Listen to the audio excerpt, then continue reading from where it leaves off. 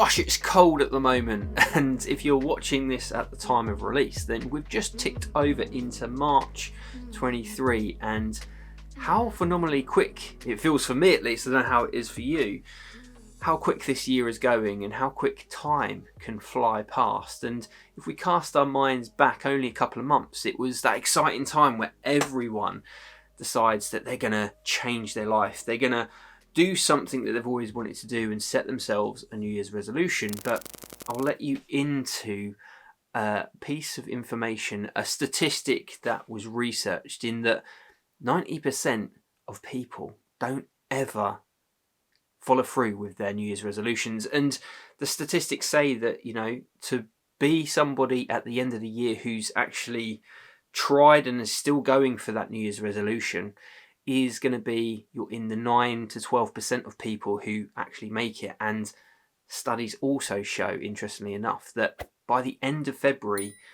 people have already given up. They've already decided, no, that's enough, and I can't get to where it is that I want to be. And I know certainly that I've been in that situation myself. I have, for the longest time, realised that my health and fitness hasn't been to scratch where I wanted it to be.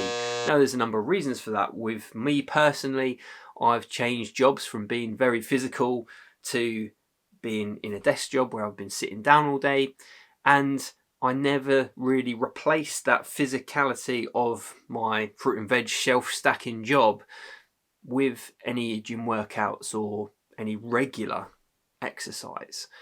Eating a bit more unhealthy, you know, had my son and, you know, got commitments family wise, but I never put the time and effort in to become my best, healthiest self.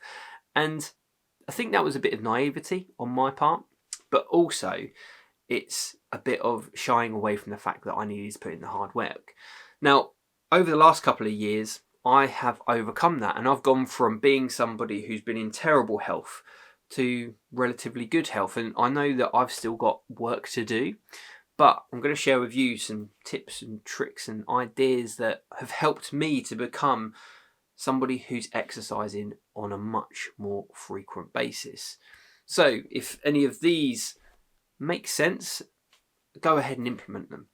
The first thing I would say, though, and it's something that we talk about in B1, is making sure that you take what works for you and adapting it for your scenario, but then also making sure that you put in the work. One of the biggest things that I found, I would watch these motivational videos, I would look at the online workout routines, I would look at the hacks and the cheats on how to get a six-pack, and not that I'm now going for that kind of thing, but I would look at all these cheats and easy ways to game the system, to avoid doing the hard work, whereas actually it's all about putting in that effort. And what I would say is, with videos, with podcasts, with quotes that you might see, with images, with the stories that are shared on social media, is that motivation is fantastic, but just don't forget to put in that hard work. Now, the first thing for me was attaching a why.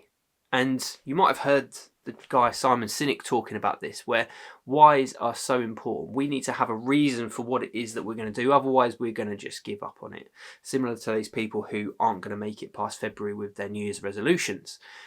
So personally, in my particular journey, part of my why come from an experience that I had, which I now use to blackmail myself emotionally. So for me, I remember I was in this poor health and I wasn't very physically fit at the time. My son was probably about 2 or 3, and we'd set out for the day, gone for a car trip, and of course you forget something. Now, instead of turning the car around, I said, look, just wait here, I'm going to literally leg it home, and in a few minutes I'll be back with, I think it was a present, I think it was a Christmas present that we'd forgotten. So, set out with good intentions. I quickly ran home, huffing and puffing as I got to the house, got what I needed, got back to the car, and I was absolutely destroyed. I mean, I was proper mess, like wheezing and just needing a moment to recover, probably more than just a moment. But the thing that got me, and the thing that stays with me and that I now use as my why, is the look that my little boy gave me. He was properly eyeballing me out the corner of his eye like, are you okay? Is this normal?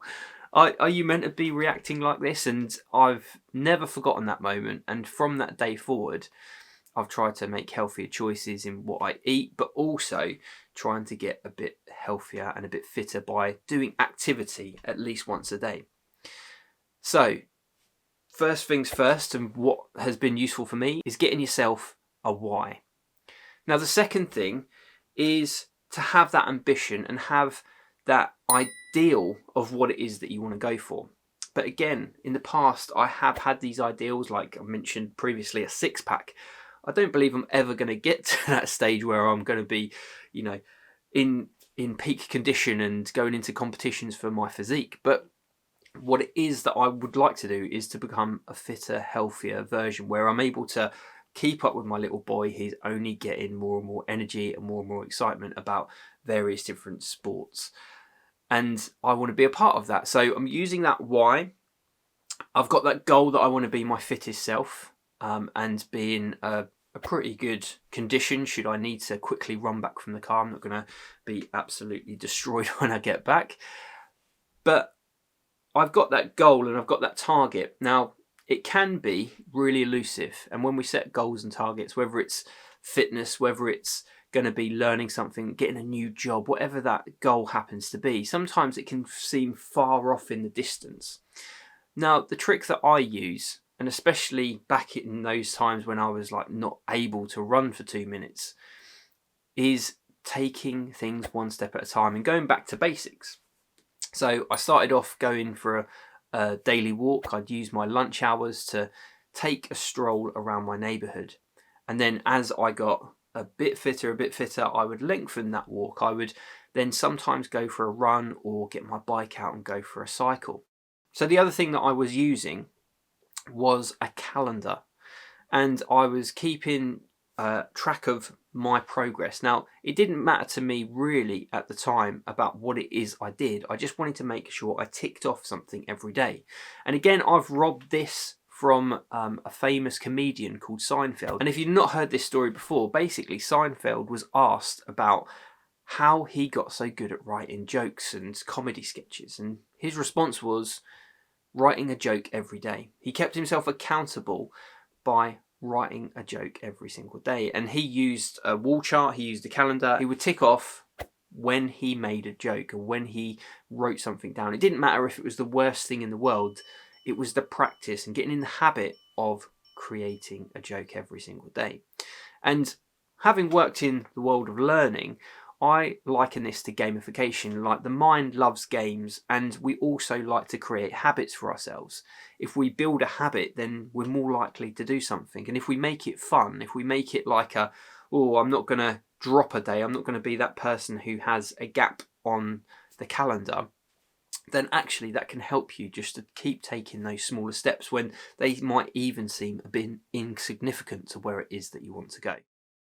So far we've got some accountability, we've got our why, but the other thing to think about, and something that I'm been guilty about in the past, and even to today I sometimes try and spin too many plates all at once, is that not getting too distracted by the many things that I would love to do. Taking things one step at a time and focusing and building habits one step at a time has really helped me, whereas in the past it has also been a hindrance. Now, I'm going to refer back to a quote from Seneca. So this quote has stood the test of time, and that being, "He who is everywhere is nowhere." And for me, what that means is really having the blinkers on and focusing on one thing at a time. Although it would be great to change everything at once and become that new person all at once, actually that is probably a bit unlikely. And when we're presented with obstacles that are surely going to come in the way, then we could create ourselves a bit of a house of cards where we decide that actually, no, I'm not that person. I don't believe I'm going to be able to commit to what it is that I'm doing, and just give up completely. And I know certainly that's what I did for myself previously.